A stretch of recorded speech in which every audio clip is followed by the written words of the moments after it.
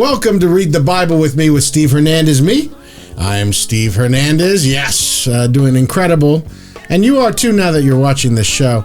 Please subscribe on YouTube, Spotify, Apple Podcasts, and of course, check out our Patreon. We drop new stuff all the time, multiple episodes of things per week. We're going to have to review a show today. If you're not busy afterwards, let's watch a comedy special and review them. We're going to start doing those. We got to watch that Drew Michaels. I haven't seen Michael Che either yet. Okay, all right. Well, we'll talk afterwards. But for $5 a month, you'll get access to tons of bonus stuff, including my comedy-centric, tends to dip towards socialism and polyamory podcast called Put It in My Mouth, and then Gerardo's storytelling podcast, Go Hardo Al Capone. Oh shit, you memorized it. Is it Al Capone? Yeah, it's Go Hardo Al Capone. Yeah, I mean, it's a great name. I think it's a great name. Gerardo, how are you? I'm kicking it, dude. I'm here, ready to Bible it up, dude. Dude, we're getting into scripture this week. But before we do that, I'd love to introduce my guest. I've just known him through the internet. Very funny young man here in LA. It feels, I can't wait to get in. Sometimes the only way you get to know people is through podcasts. That's where you start them, folks, all right? So you can invite these people on and figure out who they are. I'm so excited to have him. Folks, I'm talking about Niles Abston. How are you, Niles? I'm great. I'm excited to be here. This has been on the bucket list. I wanted to get on this one. So You get ready to die, my man. You're here. I'm excited. Now, I can't tell your journey, really. It's weird with the pandemic and stuff. When did you get to LA? I've been in LA since 2016, literally the first week of January. So it'll be 6 years for me next month. So that you've been in Los Angeles. Yeah. And what were you just creeping before? Just creeping? What are they called? Those mics that you guys go to? Open mics? No, yeah, not the ones that Brendan Cooney always talks about. The slotted ones? Yeah. I never got into that. Where the fuck have you been? So I was just doing like the real, mics. Like back in the day, like I would go to like when Next Stage was popping. You remember Next Stage? Yeah. You go on, yeah. Next Stage was my spot. There's this art spot called Donkeys that was dope too. They let you smoke weed in there. We used to do mics there. What the fuck, Donkeys? Yeah, Donkeys? Yeah, it was called Donkeys. It was dope as fuck. Toasted and Roasted, it was a really cool coffee shop on Melrose. We hit that. Sal's on Melrose. Okay, now we're talking. Yeah, Sal's. I was like in that Melrose spot. A lot of Hollywood mics. A lot of shit that would pop up. But like, I moved to New York summer 2019, and then after that is when I came back and shot my special. And so I didn't really hit mics like that after that. After I shot this, like right around when I was about to shoot the special, and then the pandemic happened.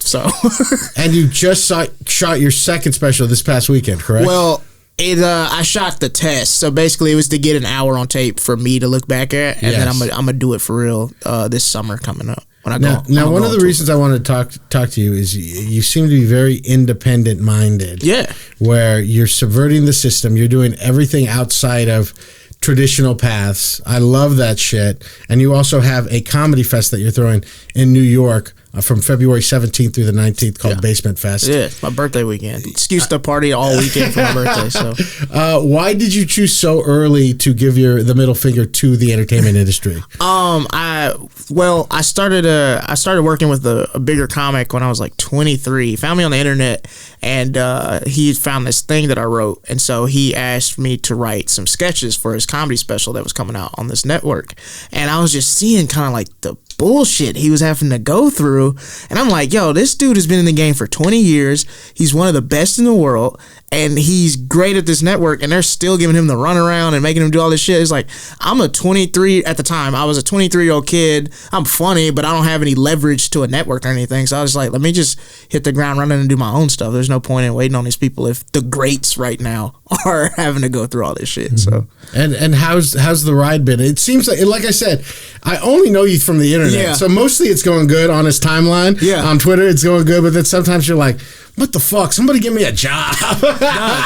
Because it's like when you're doing this independent thing, it's like you have to do so many things to equal one job, basically. So it just some days you have like, I'm on top of the world. These people can't fuck with me. I can do whatever I want. Like this past weekend when I did my shows, and then like you have some weeks where it's just like, I'm hungry. And like, can I write for somebody's TV show, please? And it's like, and the thing is, when people ask me, like, you're really doing this independent shit, it's like, I'm trying to do the other shit too. Like, yes. I pitch stuff. I've interviewed the staff for TV shows. I tried to get specials and sets and all this kind of stuff, but I just keep getting told no. So, where did you start comedy? In LA? Yeah. Okay. Because I didn't move here to be a comedian. I just wanted to be a writer director. I wanted to be like a film guy. And then somebody was like, "Yo, you should try stand up." And I did, and here we are. So yeah, it's a. I never say it's a good idea for anyone to do stand up. No, I wish I didn't. To be honest, like I'm addicted to the shit now. Yeah. But in hindsight, I wish I had just stuck with like writing, directing, and did that. But now I'm just like this freak that likes to tell jokes. Did you ever see an avenue through like Christianity? Like if you wanted to be a pastor or anything?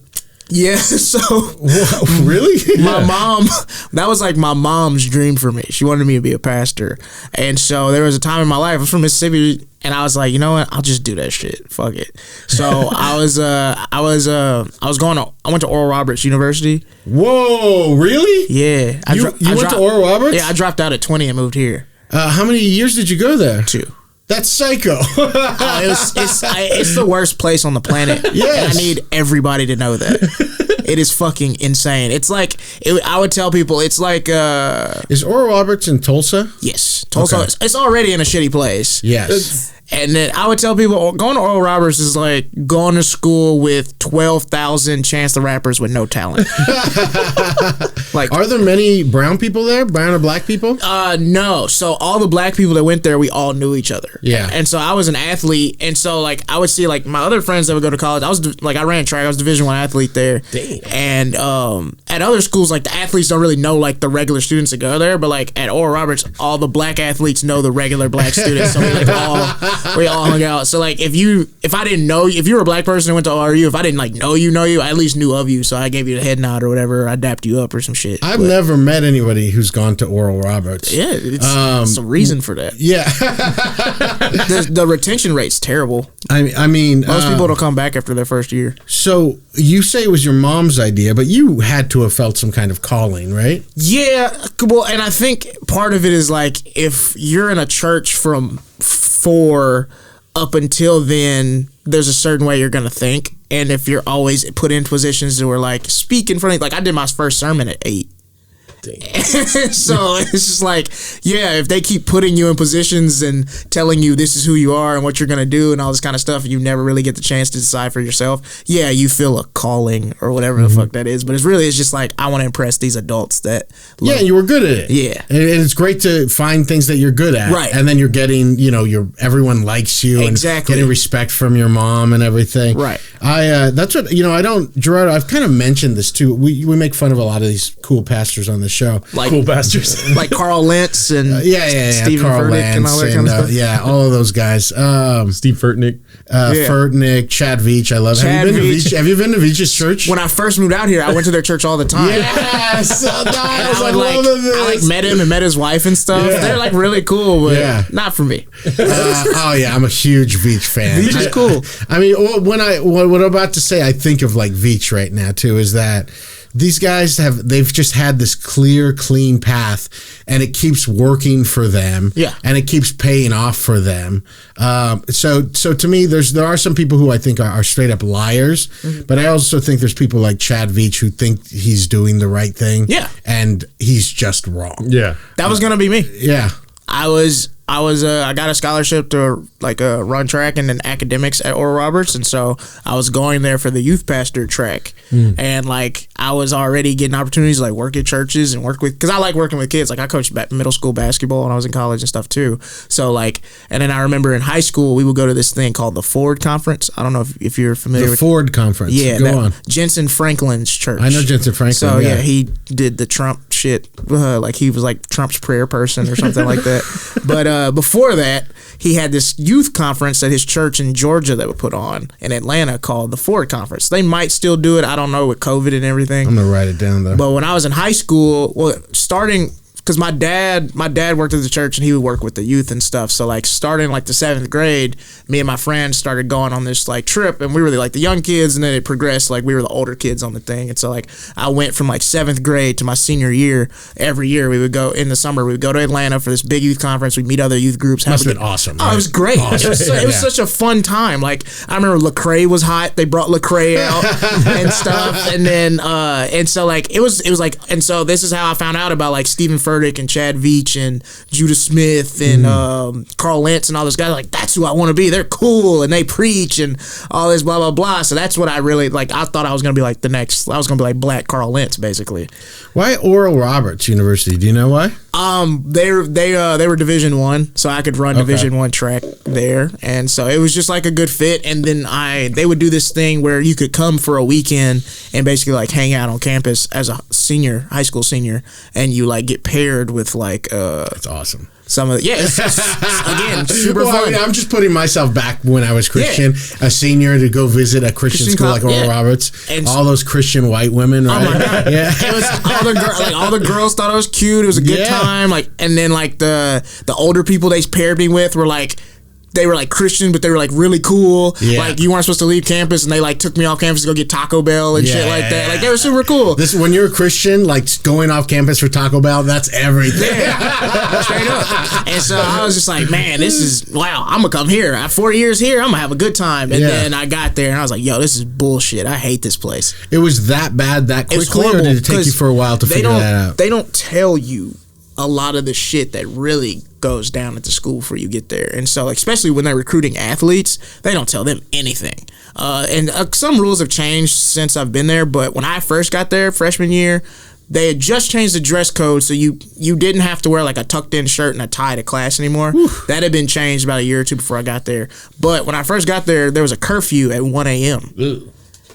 And so it's just like I didn't know this until I got there, and I was like, "Wait, we can't be out. My parents don't make me do that shit." And so it's like, "Yeah, you can't be out past 1 a.m." And basically, what you would have to do is, if you were out past 1 a.m., if you came back, they would write you down, and after like 3, you got in trouble or got a fine or something. Is that if you lived on campus? Yes, and you have to live on campus at ORU until like last year. I think if you're a junior, you can start to move off campus or something.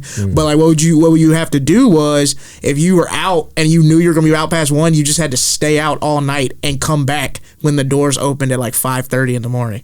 So it was like, yeah, go put yourself in danger or you get a demerit. And so there would be people just like sleeping in their cars, just in random places in Tulsa. We would just chill in IHOP for 4 hours, like just all kind. People were just spending the night at people's houses they didn't even know and shit because they didn't want to get a demerit. And I'm sure you had to sign some kind of like purity thing, right, for dating. Honor code. I didn't know that was a thing either. And so like the first 2, I think it was like the second week of being there, you have to like stand up and you sign this paper, and because we had chapel once a week, and you had to like sign this paper. And it was like all these rules, and I was like, "Yo, I've been breaking all these since I was 15." Like it was like, yeah, like no sex, no drugs, no alcohol. You couldn't cheat on the test or anything. Like it was like all these rules, and I was like, "This is crazy." So like my freshman year, I was like, "Yeah, I'm not doing this." And then I came back, and then after my sophomore year, I was like, "Yeah, I'm not doing this anymore." And I dropped out and I moved to LA. Did your parents support it? No. Yeah. They were very upset. Yeah. Are they upset still? No.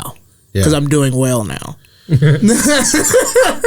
So you grew up believing all this stuff. Were you ever conflicted about like fucking in high school? No, it's okay if you weren't conflicted. I'm very interested in this. So I was scared to have sex in high school. So like I like didn't until like high school was over. I don't know why I thought the summer after high school. Yeah, I don't know why I thought like, all right, I'm not in Christian high school anymore. I can have sex and I'm not gonna go to hell. But I don't know. It was just something about. So you went to Christian school too? Yes. Oh, okay. I mean, yeah, you've already. I didn't realize we're dealing with like a true blue right here. Traumatized to the core, man. Yeah, this is great. I love all this sometimes stuff. I forget until like I have like talks with people and bring it up. I'm like, God, I did. Wow, I was really in there. Yeah, you know? And so you did love Christ and all that stuff with your whole heart, all my heart. Yeah, love Christ. I was a Jesus freak, man. Back in high school, they used to call the kids that went to church and they were a youth group. They used to call them God Squad. Yeah. That's what like the public school kids would call you if you went to church and shit. God Squad. So you didn't like, because you're still pretty young. Yeah. When do you still love God? No. Okay. I mean, these are huge jumps. Okay. Yeah, no, my life completely changed about 4 years ago. Well, did anything happen, or is it just moving here? It was moving here. I moved here at 20, and so I was still trying to I'm gonna go to church while I'm out here, and I was just, because that's what I was used to. But it kind of got more and more to this thing, like especially like church out here in LA. Like I don't know if you've seen the show The Other Two, but they have this episode where they like make fun of church in LA, and like literally like that, I was going to shit like that, and I was like, this isn't like church back home. It's kind of weird. Mm-hmm. And then it just kind of like dawned on me. I was like, this ain't it, bro. Like, and I was just seeing how like people out here were moving, and like. I was like, I need to quit believing in God and believe in myself. Like I think that's what I should do. And you just meet more people that know more shit. And I remember my church would do this thing for the seniors in high school every year, where basically they give you like this like $500 scholarship thing to get books for school, and then the whole church comes up and prays over you. And I remember one thing they said when we were seniors, like they were like, make sure when you leave here that nobody changes what you think and what you've been taught. And it didn't dawn on me then. And I remember I was talking to somebody about it when I was like 22. I'd been doing stand-up for about a year, and I was like 22, and I was like, that's an insane thing to tell an 18-year-old. Don't learn anything new. Don't let anything change your whatever. It's just like, you got a whole life to live. I'm not about to believe what I believed just from 4 to 18 because you told me to. Yeah. And so when I realized that, I was like, oh yeah, this isn't working. So you said that you got addicted to stand up. Like would you talk in front of people at church? Yeah. So I preached at 8, and then I was like the youth group leader, cool dude at church, so I would get up and talk in front of the adults and do that kind of stuff all the time. So I was already very comfortable on stage, and like. Did you feel like you got bit by the bug though, in like a Christian way, like pastor wise? No. I think I just liked being able to talk to people and like the attention thing. But I think the reason I got addicted to stand up was like, oh, I can just say whatever I want up here. Yeah. I've never been able to do that before. Like, I grew up in the South. I grew up in church where it's like, this is what we believe. This is what you say in public. Like, you grew up in church. Like, you got to be a certain thing in public. And so I was like, oh, I can just be whatever I want any night, and they can change whenever I want to. I can play a character. I can tell this joke. I can do that. And I realized, like, my whole life I've been, like, repressed. I didn't really get to express myself like I really wanted to. So stand-up was just like, you just get a microphone. You give a 21-year-old kid a microphone, and I can just say whatever the fuck's on my brain. And it wasn't funny because I wasn't good yet, but I think I was just addicted to just being able to just talk and say what I want and express myself. I'd never been able to do that before. So I think when I started, I feel like I did the same way. For me, a lot of like for my stuff was like sex stuff. So yeah, I started to talk about like this like high level stuff that I can talk about now because I'm good. Yeah. But at the time I was just so bad. I mean, so bad talking about like queer shit. Yeah. Like to blue collar like Mexicans and stuff like that. Oh yeah. It's like they're not gonna have this stuff. They're not gonna laugh at this stuff or anything. But I figured it out how to do it since. But that freedom you're talking about, especially. Because when I was preaching, it always has to comes back to that the Bible is the inerrant word of God. Exactly. The Bible always has to be perfect. So I always tell people, if you were to have like a whiteboard, the solution, the equal always has to be the Bible is perfect. Uh-huh. You have to come up with these crazy theories to like try to make this still make sense. Yeah. And I think it's good for the brain in terms of like doing some crazy acrobats. It is. But I do think it creates stupid people ultimately. Because with logic in their face, with facts in their face, and they just constantly defer to. My mom taught me this. You're wrong. It's like you'll have all the facts there. It's like no. Like I remember growing up, they would call it. I think they would call it the infallible word of God. Oh yeah. Nothing in life is infallible. Oh yeah. We talk about it all the time. I think we talked about it last week, so let's say it. But yeah, at Veach's church, they like put some stuff up on the thing when we went, and we just started laughing out loud. And my wife had to grab my leg because it was not supposed to be funny. That's funny. But it just said perfect.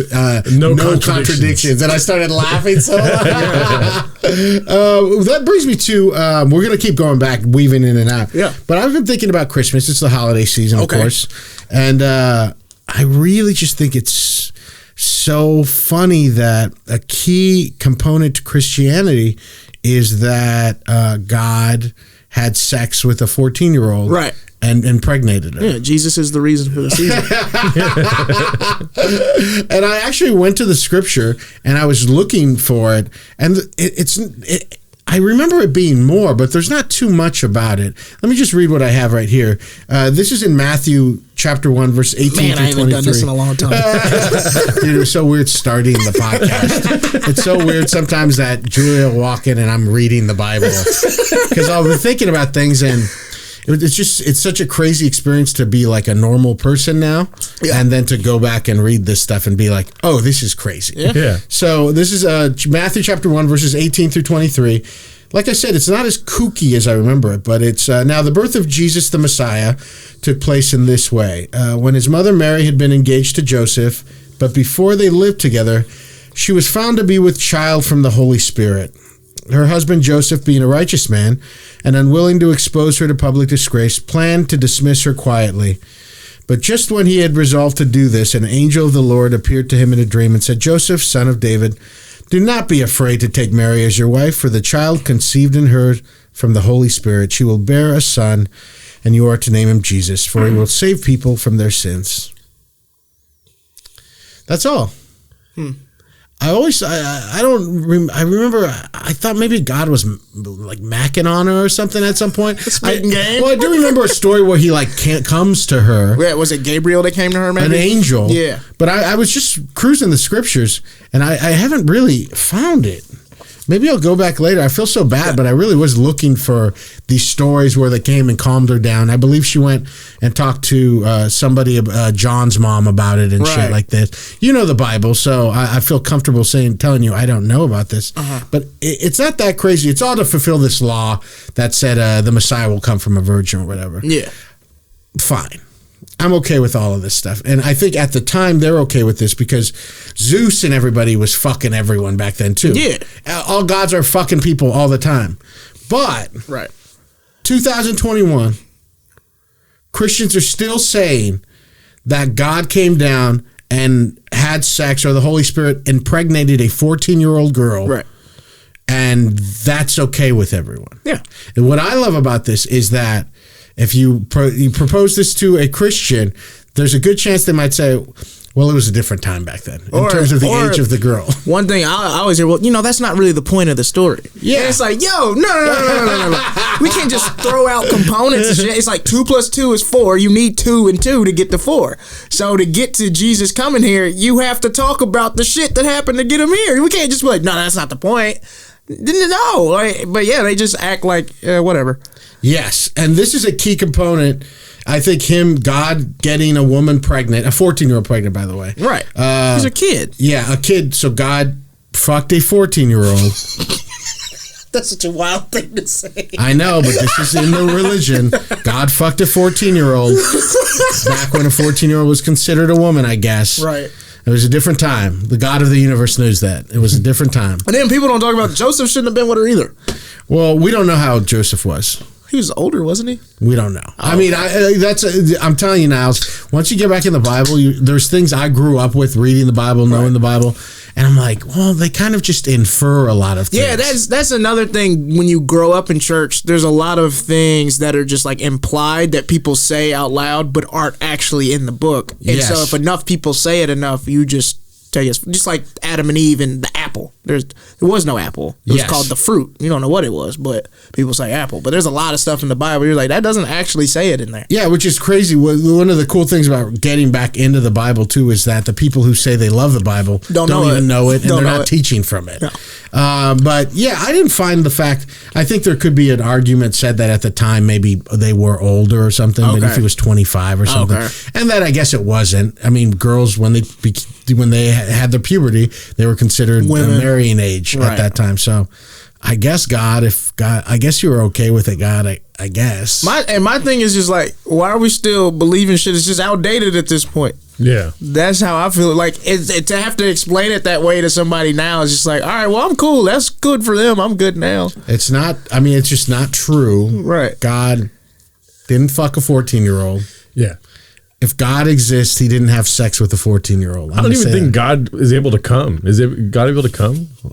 Well, if you're saying God coming, then that means God gets hard. Yeah. I think. Okay, God does get hard, but I don't think he comes. I think he's an edger, dude. They never say God has sex with her, but they did say he impregnates her. The Holy Spirit.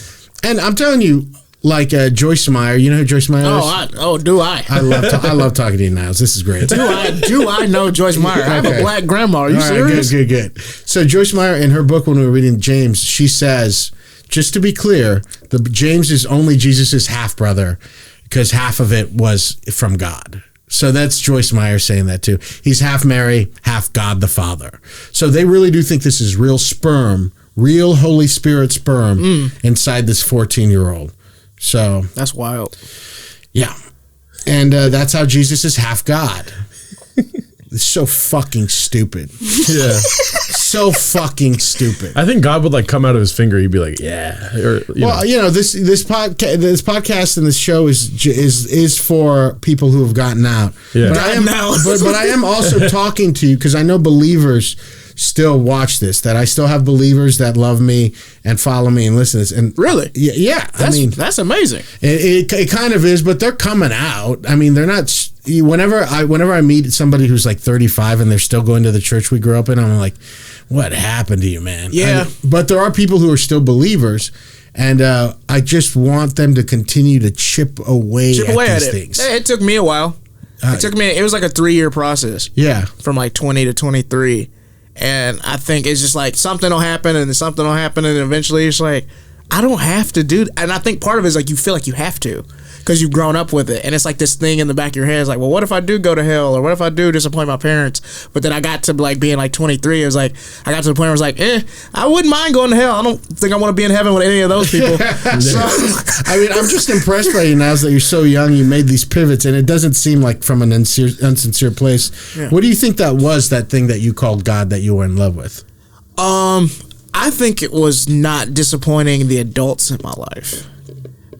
Because like I grew up in a church that like that's the thing, is like I grew up in a church where the pastor was very genuine. He really goes out of his way to help people. My parents work with him and still do, and so like they give away a lot of stuff. They really genuinely love people and care and help them, and they do a great job in the community and everything. So like I was at like what you would call a healthy church that was really helping people and stuff. So it was hard to it was at the time as a kid growing up, it was hard to be like, of course this works because they're really helping people and making a difference and stuff. But there was also just things like culturally that would happen. I'm like, I don't think what you said about gay people is okay. Like I would be 13 and be like, I don't think that's right. And so I just grew up in a loving environment that was church. So it was kind of hard to not see it as like, this is obviously the truth, because people just want to be comfortable at the end of the day and want to be a part of something. So by turning your back on God, in a lot of ways, you are turning your back on those people. Exactly. And I do feel like that, but as a grown man now, I don't care.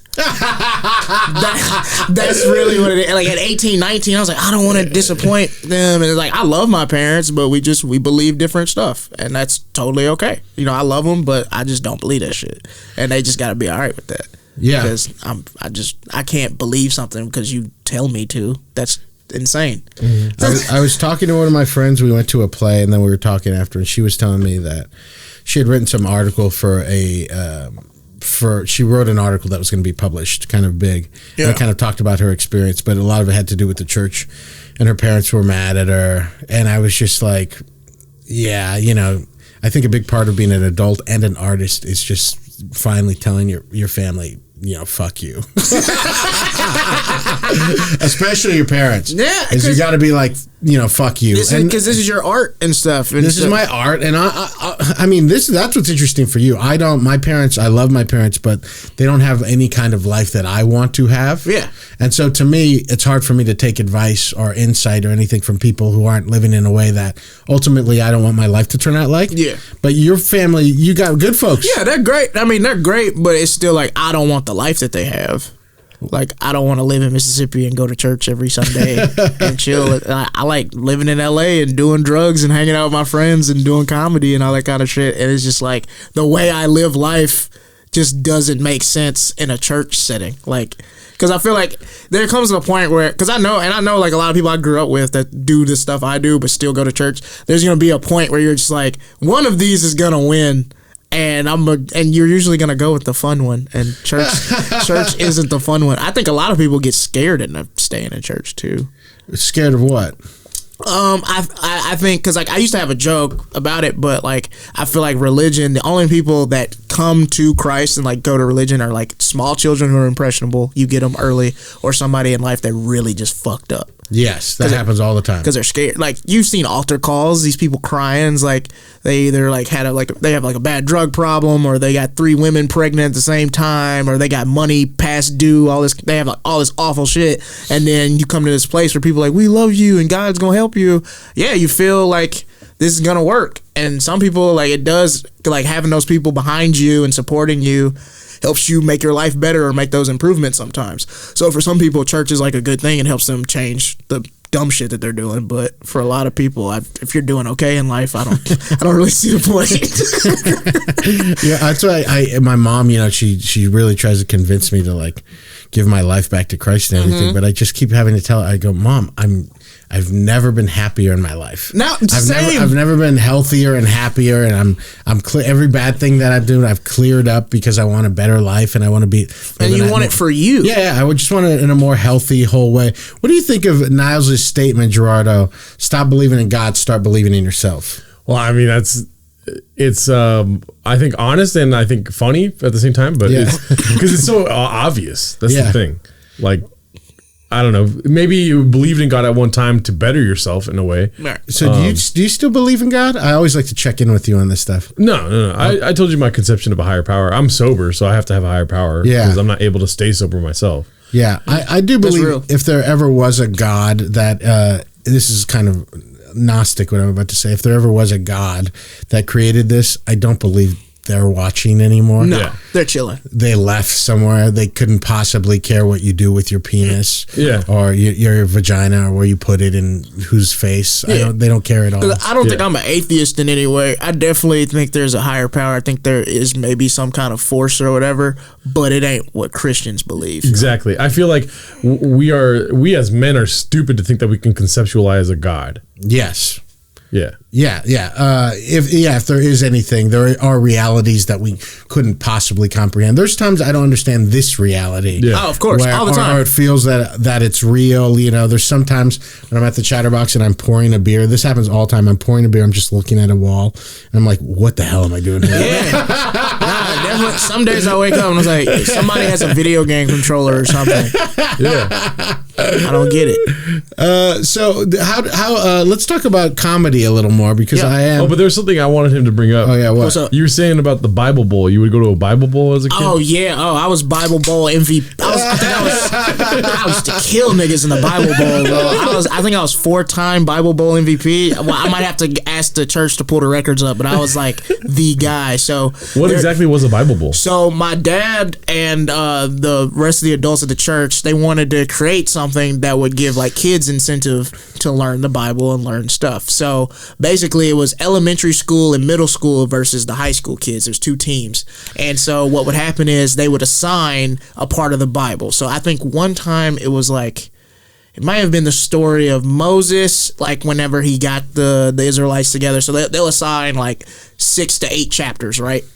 And they'll give you like 2 to 3 weeks to study those 6 to 8 chapters. And then Wednesday night church. They line everybody up, high school kids on one side, middle school and elementary school on one side, and there's a judge, and they ask questions, and it's like a buzzer.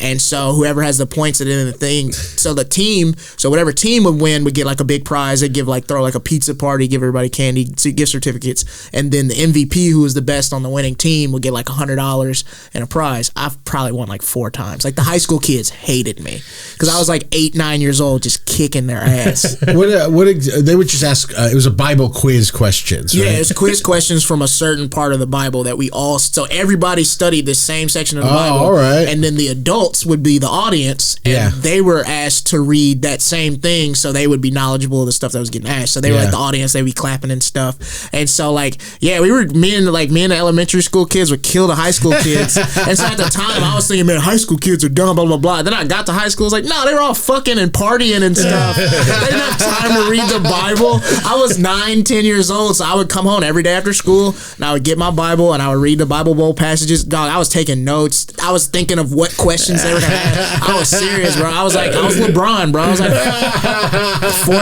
4-time Bible Bowl MVP. I think I went from like 8 to 13. I won every year. I love that shit. We did something called 252. Yeah. Based on Luke 252, that Jesus grew in stature and favor with God and man. Yep. And so, we would be like, she would say like, next week we're gonna study, we're gonna like battle against Mormonism. And so we'd have to like find the verses in there. That's hilarious. The verses in the Bible that would contradict. So like a Mormon would bring it up and like we would quote the Bible to them. It was so fucking stupid.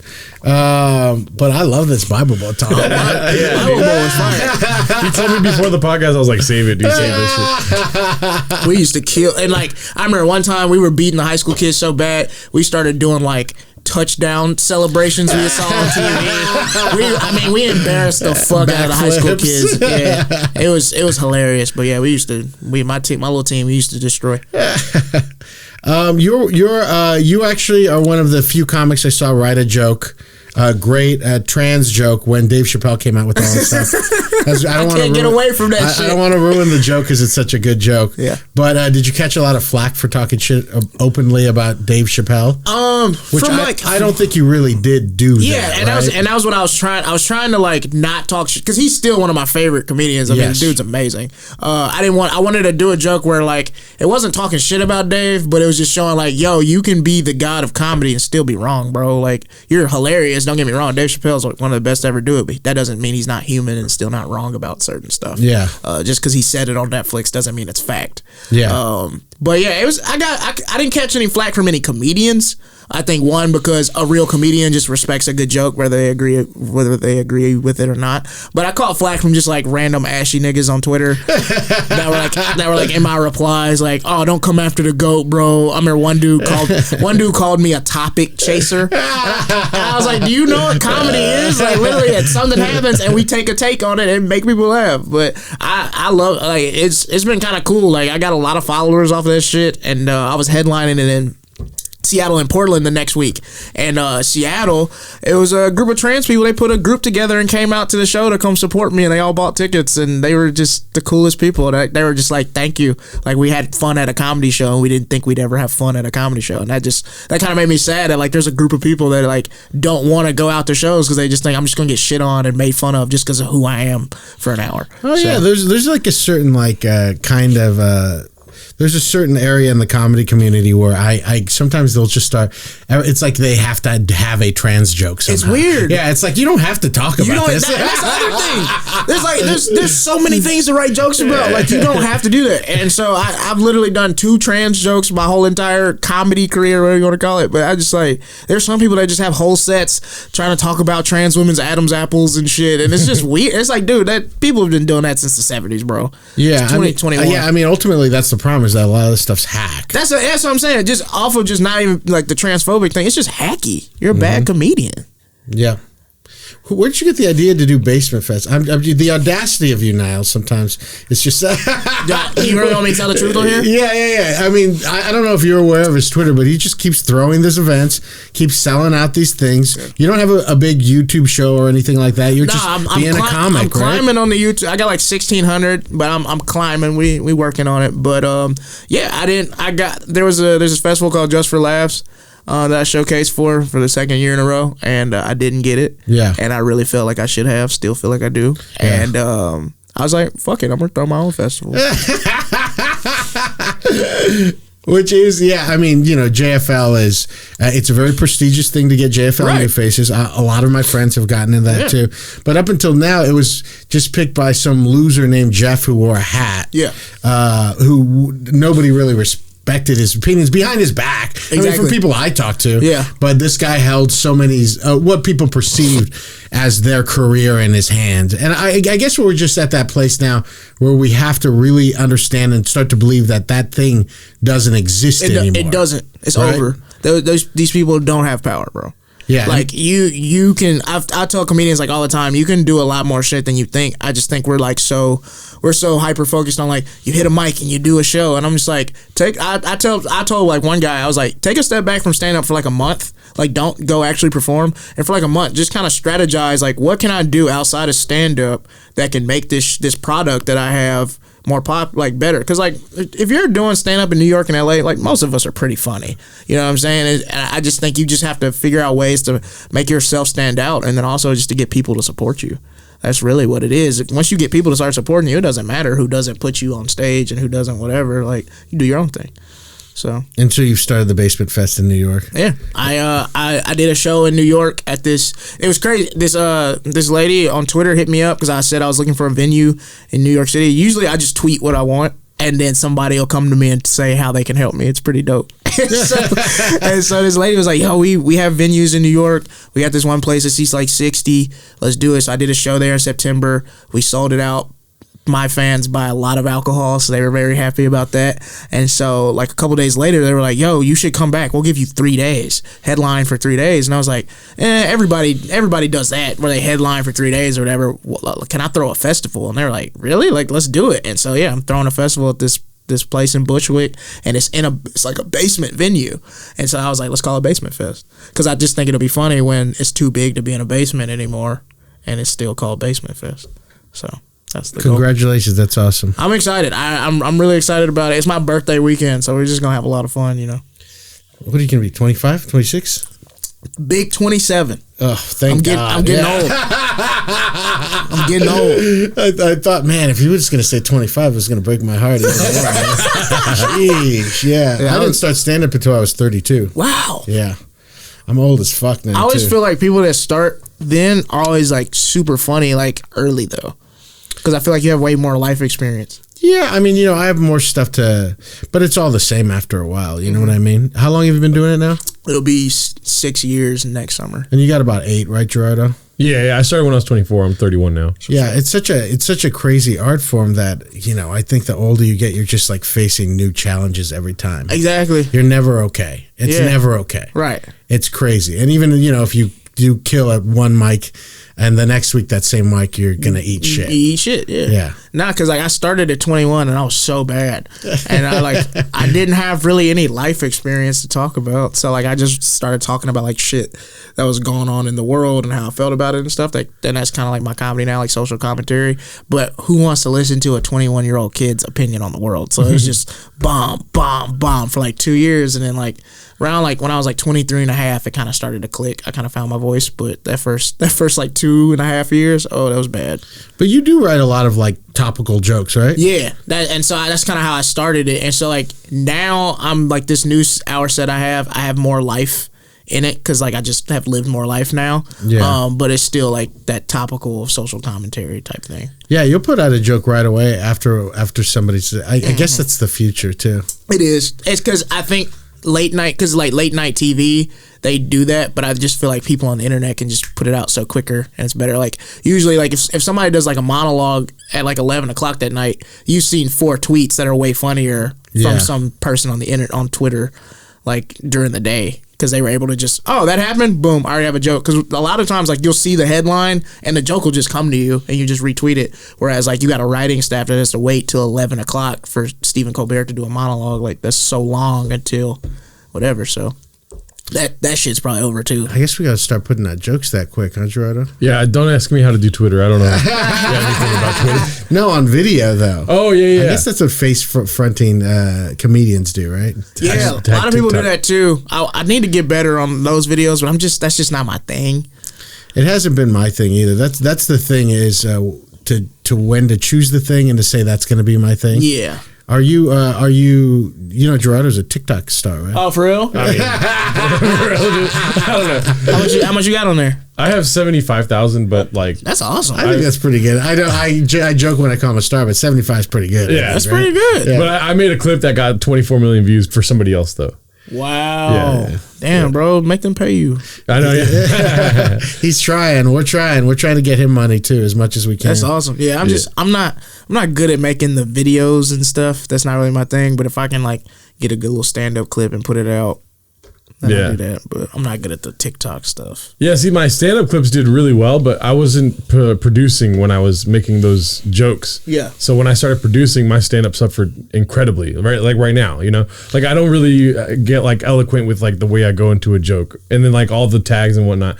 So I'm really good at editing like podcast clips and like making a joke from what people talk about. Right. But like my stand-up suffers for sure. Yeah, maybe I should put podcast clips on TikTok or something. Do you have a podcast? Yeah. Oh, okay. What is it called? Niles Abston's Big Ass House Party. What's it about? But, I mean, I don't really, it's like, there's a theme. Basically, I have people come on and I want you to tell like a wild party story that's happened in your life. Because I just feel like parties are like the one thing we all have in common. Like we all love parties. And the pandemic, I was just sitting in the house for a year. It's like, damn, I want to drink and do a belly shot off some girl's stomach. Like, blah. Like, come on. But so that's why I started it. But have you ever taken a body shot? Hell yeah. Oh, dude, I never did that. I think Niles has had a different life than us, Gerardo. Hey, we both have stopped drinking because I think we were like the guy. They're like, get this guy out of here. Kind of drinking. Niles is doing body shots and they're kicking us out of the party. Get you sleep in the car. Come on, man. Get you a booster shot and go do your body shot. But yeah, I started that so everybody, my guests always give me a wild party story, but then we talk about like anything going on, like that's a great idea. Yeah, that's awesome. Yeah. All right, Niles, thank you so much for coming on. Of course. Yeah. This was fun. I mean, you're going to have to come to church with us. That would be really funny. Yeah. Now that I know like what I'm dealing with now we can get deep. That would be fun. Now we could fuck around. But I'm so glad to meet you. Where can we find you online? Follow me on Twitter at Niles100. And I hate Instagram, but sure, follow me on Instagram at The Niles Abston Show. That's where I'm at. YouTube, Niles Abston. I got a comedy special on YouTube called Girls Don't Twerk the Jokes. And you can also listen to the album version on Spotify and Tidal and Apple and all that kind of stuff. He's very funny. Make sure you check him out. Thank you. Gerardo, where can we find you? GELOLDO everywhere. And you find me at Big Hern on Twitter, Hernia on Instagram. Again, subscribe to our Patreon, Read the Bible podcast at patreon.com, and then subscribe at YouTube, Apple Podcasts, and Spotify. Thank you so much for listening. We'll talk to you soon. Merry Christmas, guys.